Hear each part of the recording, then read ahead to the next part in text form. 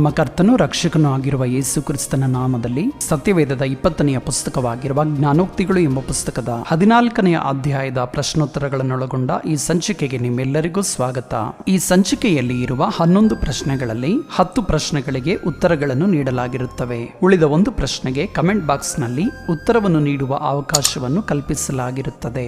ಹಾಗಾಗಿ ಈ ಸಂಚಿಕೆಯನ್ನು ಪೂರ್ತಿಯಾಗಿ ವೀಕ್ಷಿಸುವುದರ ಮೂಲಕ ನೀವು ಉತ್ತರಿಸಲಿರುವ ಪ್ರಶ್ನೆ ಯಾವುದೆಂದು ಗಮನಿಸಿ ಕಮೆಂಟ್ ಬಾಕ್ಸ್ ನಲ್ಲಿ ಉತ್ತರಿಸಲು ಪ್ರಯತ್ನಿಸಿ. ಹಾಗಾದರೆ ಬನ್ನಿ ಇಂದಿನ ಸಂಚಿಕೆಯನ್ನು ಆರಂಭಿಸೋಣ. ಮೊದಲನೆಯ ಪ್ರಶ್ನೆ, ಯಾವುದರಿಂದ ಸಮೃದ್ಧಿ ಉಂಟಾಗುತ್ತದೆ?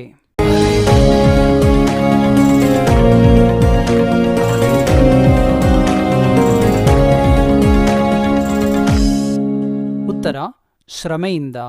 ಎರಡನೆಯ ಪ್ರಶ್ನೆ, ಜ್ಞಾನಹೀನಳು ಏನನ್ನು ತನ್ನ ಸ್ವಂತ ಕೈಯಿಂದ ಮುರಿದು ಬಿಡುತ್ತಾಳೆ?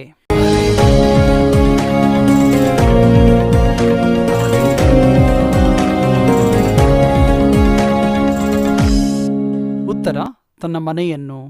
ಮೂರನೆಯ ಪ್ರಶ್ನೆ, ಮೃತ್ಯುಪಾಶದಿಂದ ತಪ್ಪಿಸಿಕೊಳ್ಳಲು ಇರುವ ಸಾಧನ ಯಾವುದು?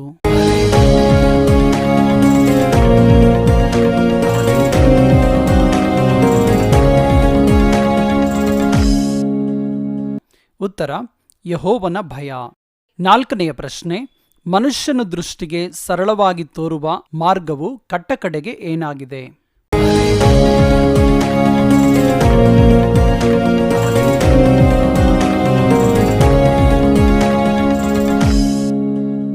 ಉತ್ತರ, ಮರಣ ಮಾರ್ಗವಾಗಿದೆ. ಐದನೆಯ ಪ್ರಶ್ನೆ, ಯಾರಲ್ಲಿ ದೇವರ ದಯೆ ಇರುವುದು?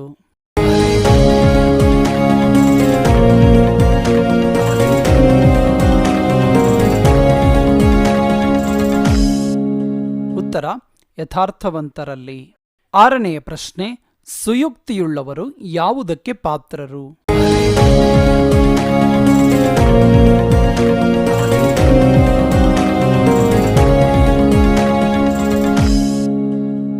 ಉತ್ತರ, ಪ್ರೀತಿ ಸತ್ಯತೆಗಳಿಗೆ. ಏಳನೆಯ ಪ್ರಶ್ನೆ, ಕುಯುಕ್ತಿಯುಳ್ಳವನು ಯಾವುದಕ್ಕೆ ಪಾತ್ರನು?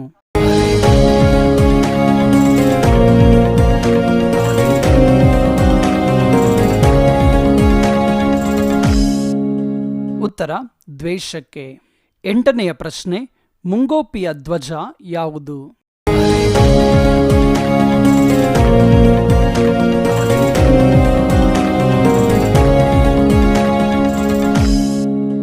ಉತ್ತರ, ಮೂರ್ಖತನ. ಒಂಬತ್ತನೆಯ ಪ್ರಶ್ನೆ, ಭ್ರಷ್ಟನು ಏನನ್ನು ತಿಂದು ದಣಿಯುವನು?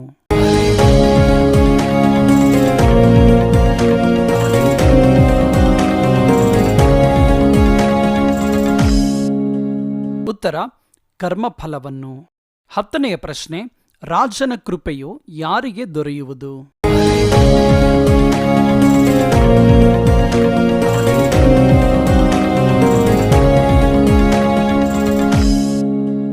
ಉತ್ತರ, ಜಾಣನಾದ ಸೇವಕನಿಗೆ.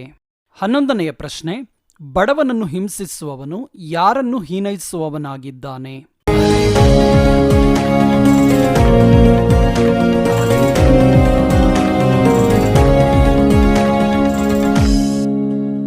ಈ ಪ್ರಶ್ನೆಗೆ ನೀವೇ ಕಮೆಂಟ್ ಬಾಕ್ಸ್ನಲ್ಲಿ ಉತ್ತರಿಸಿ. ಸತ್ಯವೇದದ ಪ್ರಶ್ನೋತ್ತರಗಳನ್ನೊಳಗೊಂಡ ಈ ರೀತಿಯ ಸಂಚಿಕೆಗಳು ಸೋಮವಾರದಿಂದ ಶುಕ್ರವಾರದವರೆಗೆ ಪ್ರತಿದಿನ ಸಂಜೆ 6 ಗಂಟೆಗೆ ಕೃಪಾ ಸಮೃದ್ಧಿ ವಿಜಯ್ ಪಾಲ್ ಎಂಬ ಯೂಟ್ಯೂಬ್ ಚಾನೆಲ್ನಲ್ಲಿ ಪ್ರಸಾರ ಮಾಡಲಾಗುವುದು. ಈ ಸಂಚಿಕೆ ನಿಮಗೆ ಇಷ್ಟವಾದಲ್ಲಿ ಲೈಕ್ ಮಾಡುವುದರ ಮೂಲಕ ಮತ್ತು ಈ ಚಾನೆಲ್ಗೆ ಸಬ್ಸ್ಕ್ರೈಬ್ ಮಾಡಿಕೊಳ್ಳುವುದರ ಮೂಲಕ ನಮ್ಮನ್ನು ಪ್ರೋತ್ಸಾಹಿಸಿ. ಈ ಸಂಚಿಕೆಗೆ ಸಂಬಂಧಪಟ್ಟ ಸಲಹೆ ಸೂಚನೆಗಳನ್ನು ಮತ್ತು ನಿಮ್ಮ ಅಭಿಪ್ರಾಯಗಳನ್ನು ಕಮೆಂಟ್ ಬಾಕ್ಸ್ನಲ್ಲಿ ಕಮೆಂಟ್ ಮಾಡುವುದರ ಮೂಲಕ ಅಥವಾ 8050163607 ಎಂಬ ಸಂಖ್ಯೆಗೆ ವಾಟ್ಸ್ಆಪ್ ಮಾಡುವುದರ ಮೂಲಕ ತಿಳಿಸಬಹುದು. ಈ ಸಂಚಿಕೆಯ ಮೂಲಕ ನೀವು ಪ್ರಯೋಜನ ಹೊಂದಿದ ಹಾಗೆ ಮತ್ತೊಬ್ಬರು ಸಹ ಪ್ರಯೋಜನ ಹೊಂದುವಂತೆ ದಯಮಾಡಿ ಈ ಸಂಚಿಕೆಯನ್ನು ಇತರರೊಟ್ಟಿಗೆ ಶೇರ್ ಮಾಡಿ.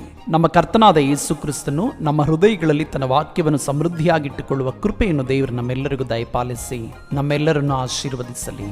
ಆಮೇನ್, ಆಮೇನ್, ಆಮೇನ್.